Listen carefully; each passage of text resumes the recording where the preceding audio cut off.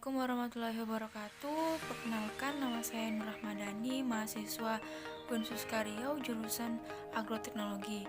Video kali ini adalah syarat untuk melaksanakan ujian tengah semester mata kuliah nutrisi dan zat pengatur tumbuh. Materi yang pertama adalah hormon. Hormon berasal dari bahasa Yunani, yaitu hormen atau menggerakkan. Beberapa istilah yang digunakan dalam kajian hormon tumbuhan. Pertama ada fitohormon, zat pengatur tumbuh dan inhibitor. Fitohormon merupakan senyawa organik non-nutrisi yang disintetis pada bagian tertentu di suatu tumbuhan, kemudian ditranslokasikan ke bagian lain pada tumbuhan. Kemudian zat pengatur tumbuh atau plant growth regulator merupakan senyawa organik non-nutrisi yang mampu mendorong maupun menghambat pertumbuhan dan perkembangan tanaman. Yang ketiga adalah inhibitor, merupakan senyawa organik yang dapat menghambat pertumbuhan dan perkembangan tumbuhan dan tidak mampu mendorong pertumbuhan tanaman pada konsentrasi berapapun. Pada zat pengatur tumbuh digunakan oleh para ahli di bidang fisiologi tumbuhan untuk menyebut hormon pada tumbuhan. Istilah ini dapat mencakup ada hormon endogen, hormon pada tumbuhan yang dihasilkan dari individu itu sendiri atau tanaman itu sendiri. Kedua ada hormon eksogen, yaitu hormon yang dapat diberikan dari luar individu. Kemudian adalah ciri-ciri hormon. Pertama, merupakan senyawa organik hasil tumbuhan itu sendiri.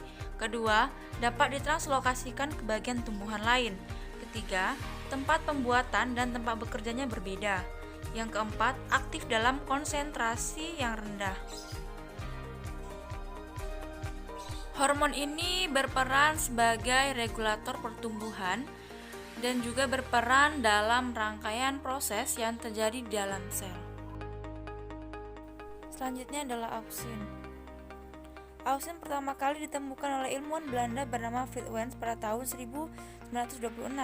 Wan menemukan suatu senyawa dalam tanaman, bagian ujung dari suatu kleoptil, yang dapat menyebabkan terjadinya pembengkokan pada batang yang disebut fototropisme.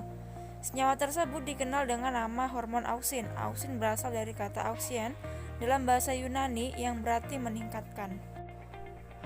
Percobaan yang dilakukan Wen pada tanaman Avena sp. Bagian ujung kleoptil dari tanaman Avena sp dipotong, lalu dipindahkan ke bagian atas agar. Kemudian bagian ujung kleoptil lain dipotong. Selanjutnya potongan agar yang telah menyerap auksin dipindahkan pada sisi kleoptil. Kemudian kleoptil tersebut kemudian menyerap auksin yang berada di agar.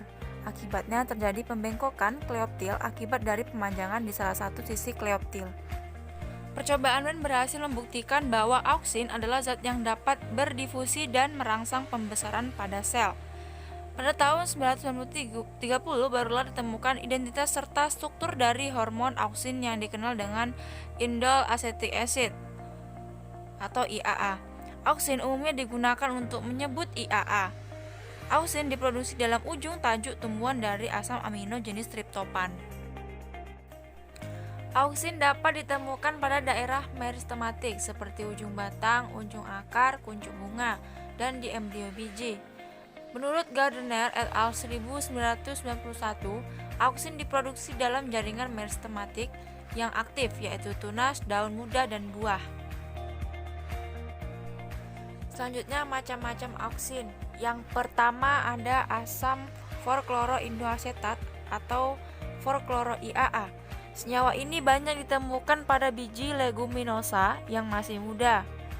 Yang kedua PAA atau asam fenilasetat. Senyawa ini dapat dijumpai pada hampir seluruh jenis tumbuhan. Jumlah PAA di dalam tumbuhan jauh lebih banyak jika dibandingkan dengan IAA. Tetapi respon yang diberikan oleh PAA tidak seaktif IAA. Yang ketiga, asam indol butirat atau IBA. Awalnya IBA dianggap sebagai auksin tiruan. Ternyata IBA merupakan senyawa yang juga ditemukan hampir di seluruh jenis tumbuhan. IBA banyak terdapat pada daun tanaman jagung dan beberapa tanaman dikotil. Selanjutnya hubungan antara struktur auksin dengan aktivitasnya. Pertama, adanya gugus OH pada rantai samping maupun pada cincin akan menurunkan aktivitas auksin tetapi menaikkan kelarutannya dalam air. Kedua, auksin harus mempunyai ikatan rangkap pada inti. Yang ketiga, aktivitasnya akan berkurang bila panjang rantai samping diperpendek.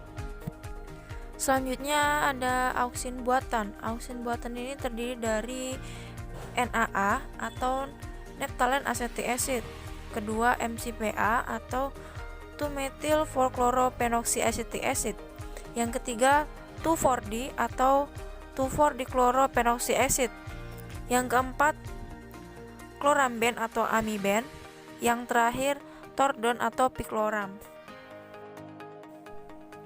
Selanjutnya tahapan pembentukan IAA. Pertama, triptofan diubah menjadi asam indol pirufat melalui reaksi transminasi. Kedua, asam indol pirufat kemudian diubah menjadi indol asetaldehid melalui reaksi dekarboksilasi. Yang ketiga, proses akhir berupa proses oksidasi indol asetaldehid yang menghasilkan asam indol asetik. Selanjutnya ada fungsi auksin. Pertama, memacu proses pemanjangan sel.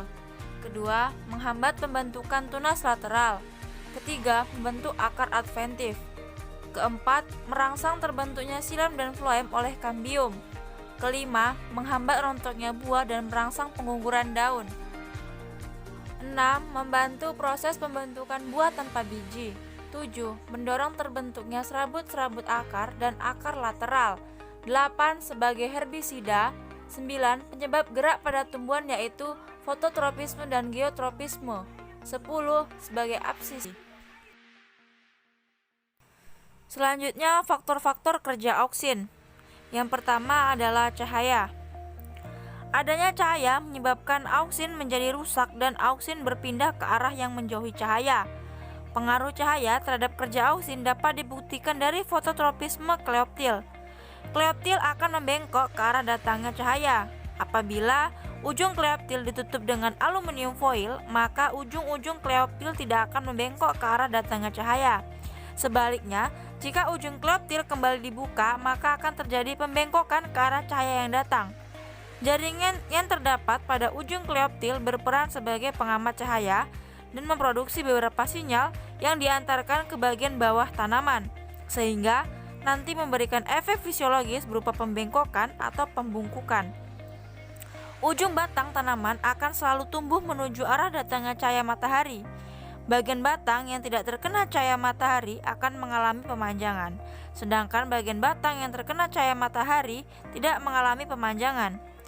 Sel-sel batang yang membelakangi cahaya akan memanjang, padahal bagian yang menghadap matahari tidak bertambah panjang. Akibatnya, batang jadi membengkok dan mengarah ke arah datangnya cahaya matahari. Faktor selanjutnya ada gaya berat.